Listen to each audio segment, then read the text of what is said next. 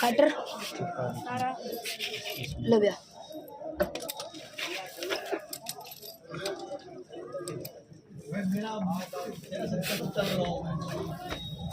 ये तो सारा सामान नया गया इनका बच्चा मेरा दौरा भी रखता है इसका।